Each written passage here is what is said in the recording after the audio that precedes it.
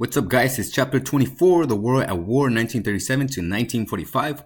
We'll look at World War II and what led up to the war, major events here, and how the United States responded to it, along with some alliances that were created along the way. We'll look at the home front and see how World War II affected all of these minority groups, and then we'll actually look at the war itself. So, best way to do it, we're going to actually be looking at a timeline of the war itself. So we're going to start, first of all, with 1929 to 1933. If you guys recall, 1929 was the beginning of the Great Depression. So the United States is not only fighting with the Great Depression, but also Germany. And on top of fighting with the Great Depression, Germany is also forced to pay $33 million for the war losses during World War I to the countries that defeated them. So the Great Depression had a huge impact on Germany. We also have the Treaty of Versailles. And if you recall, the Treaty of Versailles stripped away Germany from colonization. They denied Germany any alliances. And they also limited Germany's army to a few thousands. So Germany was pretty upset that the Treaty of Versailles was putting all these restrictions on the country. And as such, Germany believed that the Treaty of Versailles worsened the Great Depression for Germany. So it created a resentment on Germans' heart. We also can look at the League of Nations. Recall the League of Nations was what Wilson promoted for, but the United States never joined it. And that was part of the whole idea of becoming an isolated country. And we're going to see from 1929 in this timeline how the United States shifts its foreign policy from being an isolated country to being a country that is to a certain extent required to get involved in world affairs. But the League of Nations and its failures was one of the major reasons that caused the war as well. In 1931, here's a great example. Japan invaded Manchuria, which was a Chinese province. While the League of Nations condemned the actions, it did not stop Japan from taking over a Chinese province. And remember, the League of Nations was supposed to prevent any other future conflict, or at least try to settle the conflict that was at hand. Well, the League of Nations failed to do that in Manchuria against Japan. In 1933, Adolf Hitler becomes Germany's chancellor. The German legislative actually gave Hitler dictatorial powers to deal with the economic depression, and he starts to reform a lot of things, and he also starts to violate a lot of the things that were imposed on Germany by the Treaty of Versailles. And we'll see as we move on with the timeline how that is the case. So right at the top, in 1935, we also have Mussolini. He is from Italy. So Mussolini also denounced the Treaty of Versailles because it prevented Italy from having colonizations in Africa and in the Middle East. And since Mussolini saw that the League of Nations was unable to stop Japan from taking over Manchuria, Mussolini then invades Ethiopia in 1935. Again, the League of Nations denounced Mussolini's actions, but it was unable to stop him. Now, to a certain extent, encouraged by what Japan did in Manchuria and what Italy is doing in Ethiopia and how the League of Nations failed to stop them, Hitler begins to rearm Germany. He starts to build a massive army, a massive armed forces. It was a strict violation of the Treaty of Versailles, not necessarily a good one imposed on Germany, but Hitler is showing that he is not going to be limited to what other countries told him to do during World War I. The United States responds by passing the Neutrality Act of 1935. Again, the United States wants to stay isolated from world affairs. So in 1935, the United States passes the Neutrality Act of 1935, which imposed an embargo. An embargo is a limitation of selling arms to warring countries.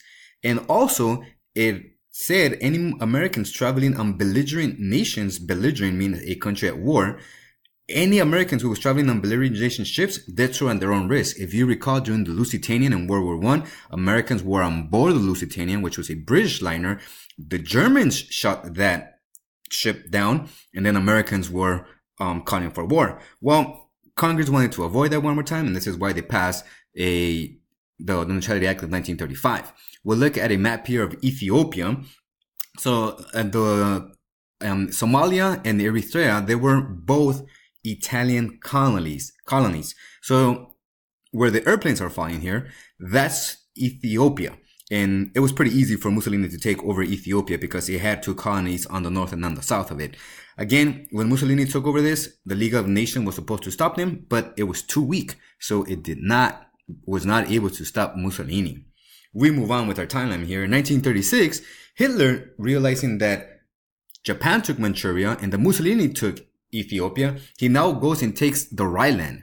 This is a small piece of land to the west of Germany. Again, nobody stopped him. And then he forms an alliances with Italy. Rome, which is the capital of Italy, and Berlin, which is the capital of Germany, is what becomes known as a Rome-Berlin axis. Again, the United States responses by passing the Neutrality Act of 1936 with the idea of isolationism. The United States does not want to get involved in foreign affairs. And the Neutrality Act of 1936 banned loans on all belligerent nations. So if Germany was at war and it wanted a loan from the United States had the right to deny them that loan. And that was true also for other countries like Britain and France. So again, we'll look at a little map, kind of gives an idea. So you see Germany right in the middle, the heart of Europe. Number one is the Rhineland. That was the first step that Hitler took to, again, expand Germany's border. So he takes the Rhineland. Number two is Austria. He takes Austria in a minute. We'll talk about that in a minute. And then number three is the Sudetenland, and he also takes over that. So that's exactly what happens here in 1937. First of all, the United States passes the Neutrality Act of 1937, which imposed what becomes known as a cash and carry policy. Basically, any belligerent nation was able to buy non-military goods from the U.S. so long as they pay for it, one, in cash, and two, carry them on their own ships. Again, the United States is learning their lessons from World War I. The United States did not want any ships from America to be shut down on the high seas. So this is why the own country who bought these goods were supposed to carry it. Let's go back a little bit to Japan. Japan is continuing to expand. Remember, they took Manchuria. In 1937, we have what becomes known as the Rape of Nanjing. This is when Japanese soldiers go into the city of Nanjing in China and massacre over 300,000 Chinese residents while raping thousands of Chinese women. And then Berlin, again, that's Germany, and Rome, that's Italy, extend their alliances to Japan. So what we have now is the Rome-Berlin-Tokyo axis and alliances between Germany, between Japan, and Italy. So now it's becoming a more powerful alliances. In 1938, on March 1938, Hitler annexed Austria. It means it took it over and it made it part of the German Empire, with the intent of taking over parts of Czechoslovakia. 6 months later, on September 1938, during the Munich conference, Munich is a city in Germany, France, Britain, and Germany sit down to try to figure out what was going on with Hitler and why was he taking all this other land. Well, Britain and France allowed Hitler to take over the Sudetenland, which was part of Czechoslovakia, and Hitler promised that he was not going to take any more land. We're going to go back to the map that I just showed you, and this is numbers 2 and number 3 on the map. So number 2, first of all, again, that is Austria. Hitler annexed Austria, made it part of the German Empire, and then he takes the Sudetenland, the number 3, which is part of Czechoslovakia. Again, Hitler promised that was going to be the last piece of land that he was going to take. And this is why Britain and France allow him to do that, because they felt, let's appease Hitler so that he could stop expanding. And this is what becomes known as appeasement, which is the title of this slide. However, that did not work. It actually failed. In 1939, Hitler takes the rest of Czechoslovakia. He then goes and signs a non-aggression pact with Stalin. Stalin is the leader of Russia. And on August 1939, Hitler and Stalin agreed to not fight each other. By doing so, Germany is prevented from fighting two fronts. One of the reasons why Germany lost World War I. So Hitler wanted to avoid that. So he then prevents Germany from fighting against the Russians on the Eastern Front. On September 1st, 1939, Hitler invades Poland. That event marks the beginning of World War I. Because after Hitler takes Poland, remember, he had promised that he was not going to take any more land. 2 days later, on September 3rd, Britain and France declare war on Germany. The United States responds in November of 1939 with the Neutrality Act of 1939. In this case, the United States is allowed to sell goods, military goods, to warring nations, again on a cash and carry basis. So if Britain wanted to buy weapons from the United States, first of all, I needed to pay cash. And second of all, British ships were supposed to carry that cargo over to Britain. It favored Britain because Britain was in control of the Atlantic Ocean, and Germany did not have a very strong navy to be able to buy ships from the United States and carry them along the way to Germany. So again, the United States, it looks like this is where we start shifting foreign policies, because the United States wanted to stay neutral, not get involved in any foreign affairs at all. But this Neutrality Act of 1939 seems to favor Britain, and so the United States is starting to take sides. While publicly they're saying that they are neutral, it seems that politically and economically they are favoring Britain. So here we go here one more time. After Germany takes over Austria and Czechoslovakia, Hitler invades Poland. In less than a year, he takes Denmark, Netherlands, Belgium, and France. And the only country that was on his way from total domination of Europe was Britain. And that's what we see here in this next slide. In April 1940, Hitler takes Denmark and Norway. The following month, he takes the Netherlands, Belgium, and Luxembourg. And in June, Hitler takes over France. This was a big shock because now the only thing left for Hitler to conquer is Britain. On July 1940, again, with the idea of being an isolated country, FDR did trade 50 destroyers to Britain in exchange for the right to build military bases on British position in the Atlantic Ocean. While this does not seem like the United States is staying very neutral, it looks like it's starting to ally with Britain, because now the United States is giving Britain ships to be able to fight against the Germans so that Britain could prevent the United States from entering the war. So we start seeing here again that the United States is starting to shift foreign policies in favor of the British. On September 1940, we go back to Japan. Japan takes over all of Indochina, a French colony. FDR begins to restrict trade with Japan. I'm sorry, this is limited takeover of Indochina. On October 1940, Congress then increases military spending in case the United States is forced to enter the war. And it issued the first peacetime draft. In other words, people had to join the army who were U.S. citizens who were between the ages of 18 and 35.